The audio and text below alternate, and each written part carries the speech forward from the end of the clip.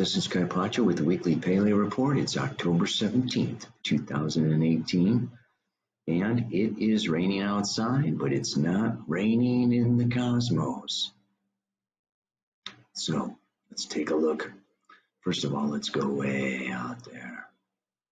Where the heck is Neptune and Pluto? There's Jupiter, Saturn. Whoa, baby. Check out. Just let's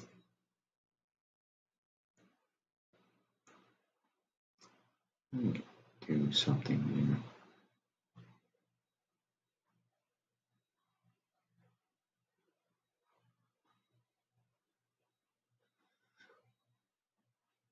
Hola everybody, this is Kaipacha with the weekly Paleo report.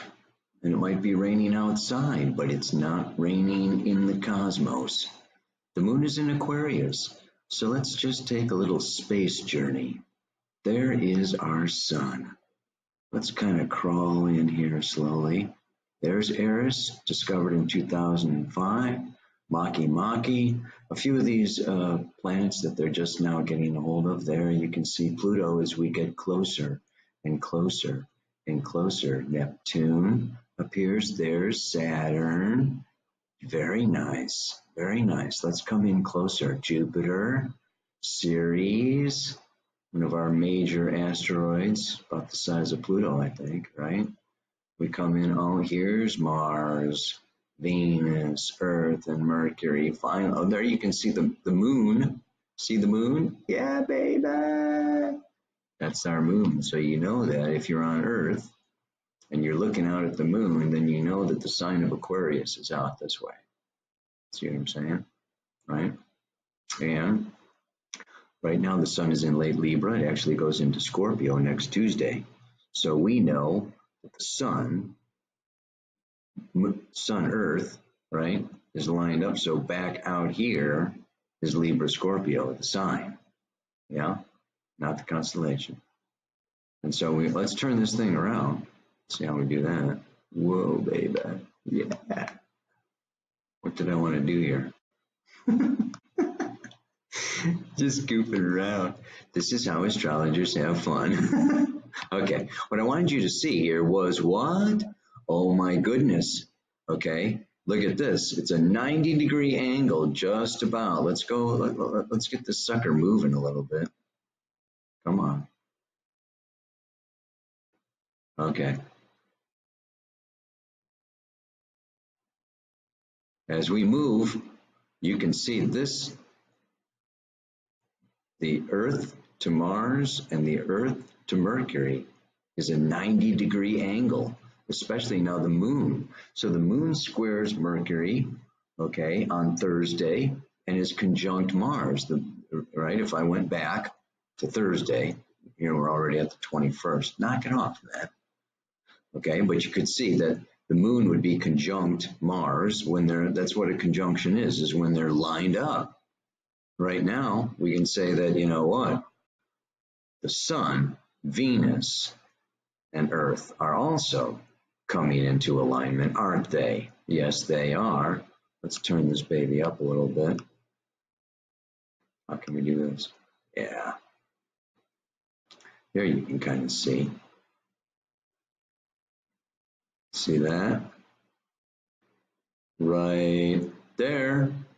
All right, the 25th. Let's go just a little farther because that's boom. The 25th. Stop that thing. Sun, Venus conjunction. So she's going retrograde and she's going to hit that, sun conjunction. And then, okay, then it's going to start moving, but she's going to stay retrograde for, for another few weeks. Now, what else did I want to show you today?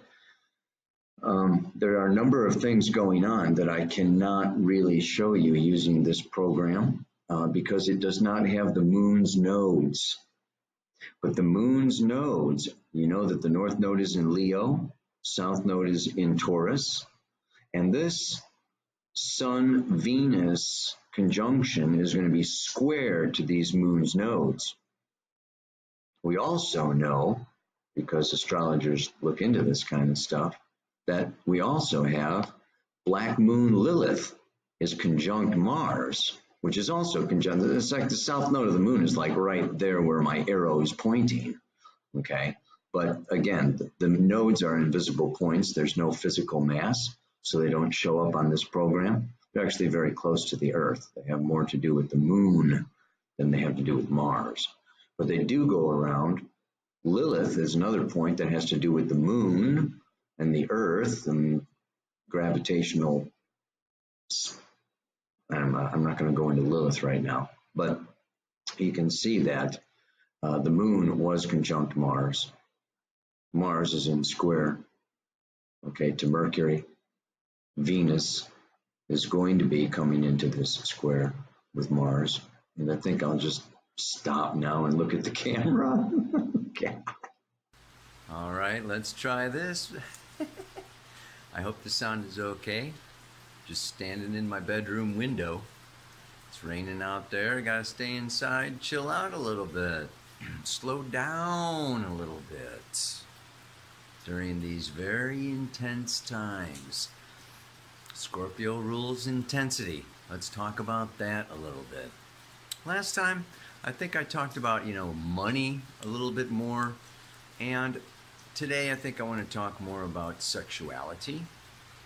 Because Scorpio, with Jupiter in Scorpio, Venus retrograding in Scorpio, this is just a tremendous time of reflecting, reviewing, reshaping, reformulating our relationships on a very deep, intimate level, and even a relationship to ourselves.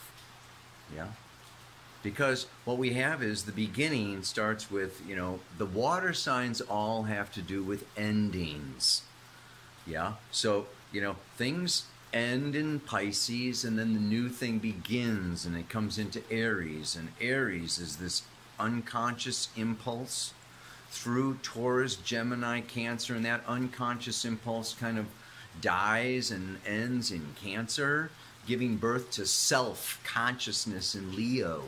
And that self-consciousness moves and develops itself through Virgo into relationship with Libra, and then Scorpio kills the self to give birth to the transpersonal consciousness in Sagittarius, which then moves on through Capricorn, Aquarius, and ends again in Pisces. So this is the whole evolutionary cycle. And the Scorpio, the sun's going into Scorpio next week, like I said.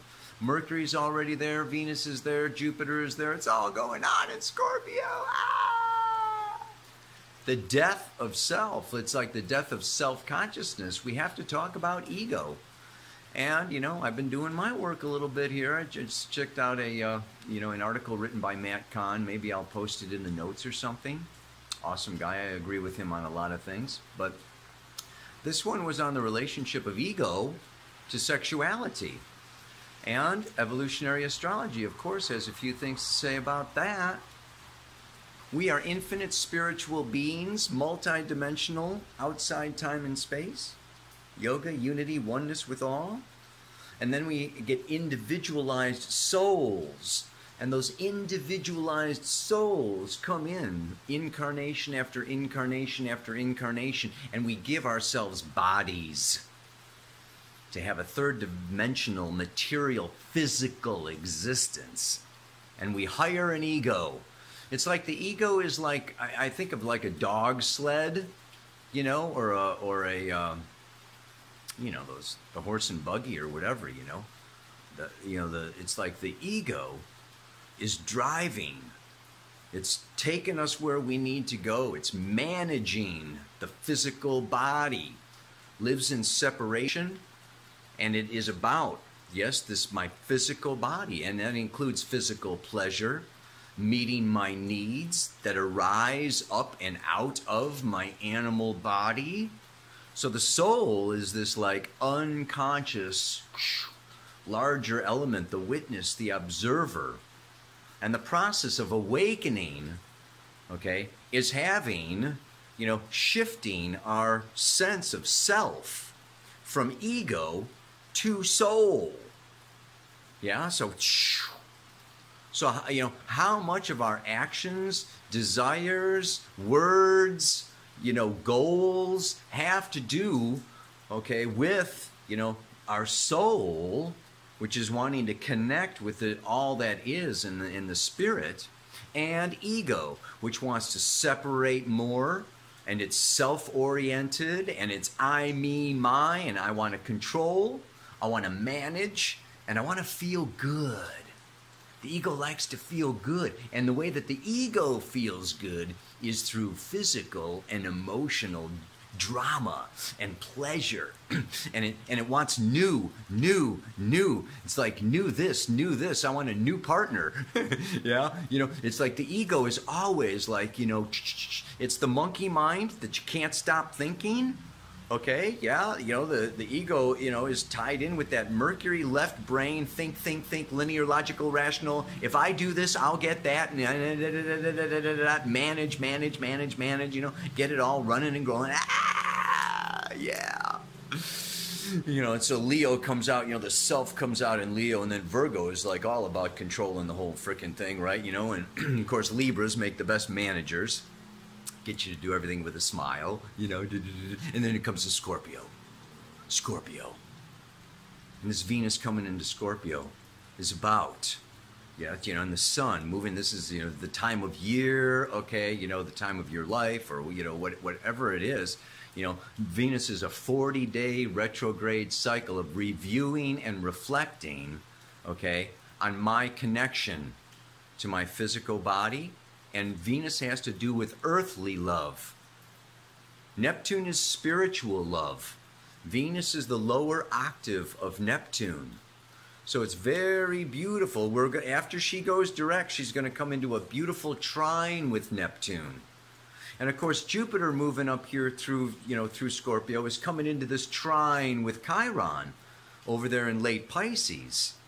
Very healing time. This is a very healing time. And so, what does Scorpio have to deal with? These issues, they largely loss, betrayal, abandonment, neglect, and abuse. These are 5 major elements, okay, that has to do with Scorpio is forces beyond our control, our partners, sometimes ourselves and our impulses and our instincts and our wants and our needs, or we can't even control ourselves. Yeah. But what we want, okay, is connection. And Scorpio is also about power through merging and uniting and connecting. This is, so this sexual power. I was also reading this other thing, and it was that Buddha said, Buddha said, if there was another force as powerful as sexuality, no one would awaken.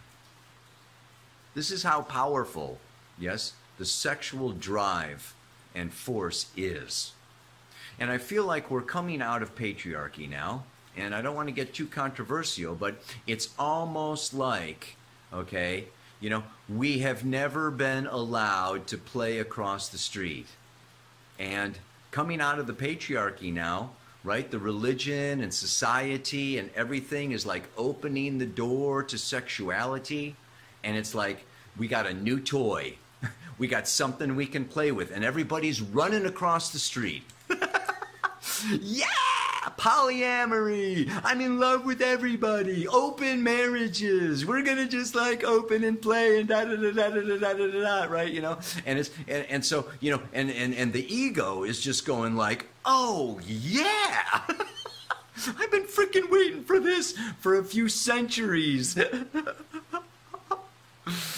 So, it's just like, the lid is off, man. Pandora's box is wide freaking open, and everybody's just like going galore, and it's just like, we got the Tinder, and we got the, we got the Facebook and all the pictures and everything, the pornography and everybody's just going, wow, it's like I never got to eat ice cream before, and now I'm in 31 flavors.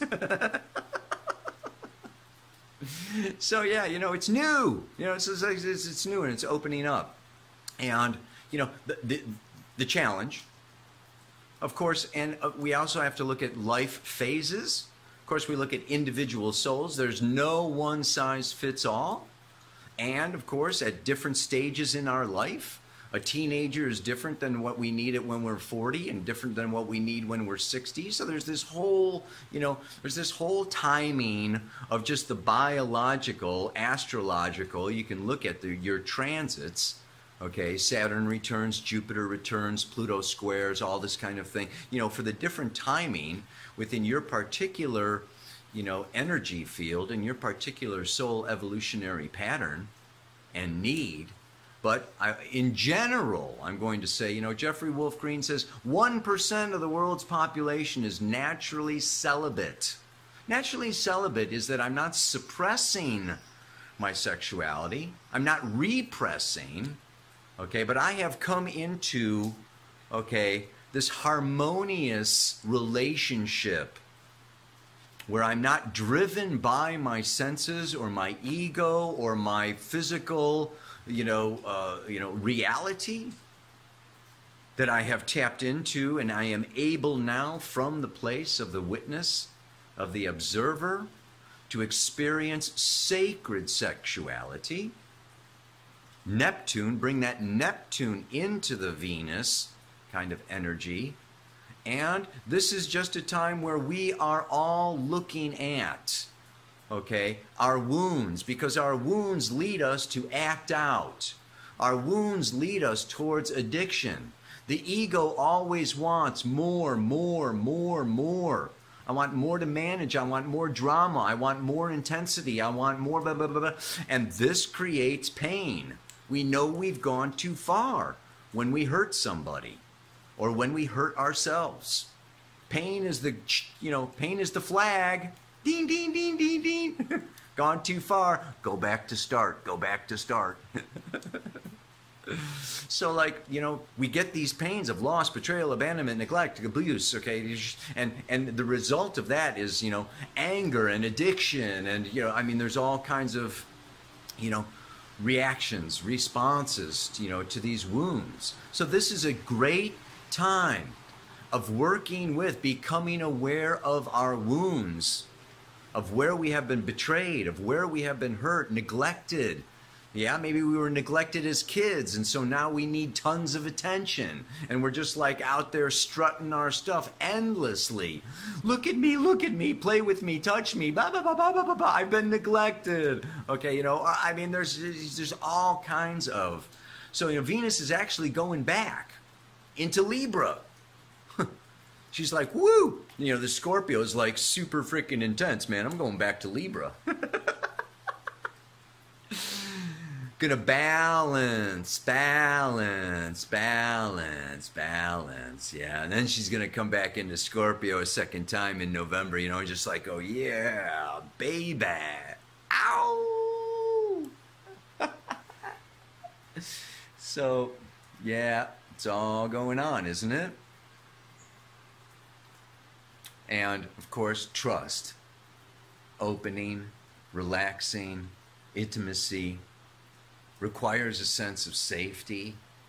So this is such a time of healing our wounds around loss, betrayal, abandonment and neglect and abuse, so that we can love again, so that we can trust again, so that we can expose and open ourselves to deeper forms of intimacy and experience this sacred, beautiful sexuality. I'm just going to go out on a limb here and say, you know what? It's really not sacred in some ways when it's new, because it's all a projection. It's all a fantasy. It's all an imagination. When you don't know somebody, come on, man. When it gets real, what was this other thing, that I was reading, it gets real when you're bored. Monogamy will, same partner over and over, week after week, year after year, whatever.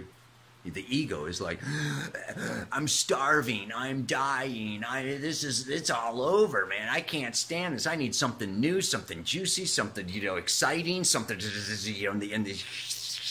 So, I will say, celibacy is another, it's like, yeah, I'm just not even going to go there at all. It's like, and the ego just like, I'm gonna die. You start finding pleasure, you move towards Sagittarius, which is fire, expansion of consciousness. Where do you get your fun? Where do you get your pleasure? Where do you get your sense of fulfillment?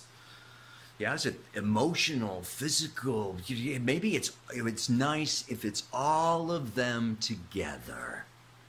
Yeah. Sweet. So anyway, what's the mantra again, man? You know, I do this every time. In order to truly love, I need to let go and not always be feeding my starving ego. The nature of the ego is like you feed it and it gets bigger and bigger and bigger. Like the dragon, you feed it and it gets bigger and bigger and bigger. And one desire begets another desire, begets another desire. And you got more desires and more desires and more desires until you're ready to just like, bah! I know Jeffrey Green, my teacher, you know, of evolutionary astrology, he says you exhaust your desires. And yeah, I think you know, it's like, yeah, you know, you go there, you go to the banquet, you go to the smorgasbord, you know, and it's like you eat as much as you can possibly eat. Reminds me of that Monty Python movie. What is it? Oh God, you know, The Meaning of Life or something, man. The guy in the restaurant eats so much spaghetti, he explodes. It's the grossest scene I've ever seen in a movie. Oh my God. Anyway, I'm talking too much. My wife transcribes these things, and if I talk too much, you know, she spends forever at the freaking computer. So it's like, gotta cut it short, man. But we could talk about this forever. Let me give you that mantra one more time. It's something like, in order to truly love, I need to let go and not always be feeding my starving ego. Notice I said not always. Okay, I didn't say never. I didn't say constantly. I was thinking of constantly. I think just like not always, you know. I mean, you gotta give the dog a bone, man. You gotta, you know, it's like, yeah, you get in there a little bit, you know, but like if you know you're going too far if somebody gets hurt. That's all there is for you today. Namaste. Aloha. So much love.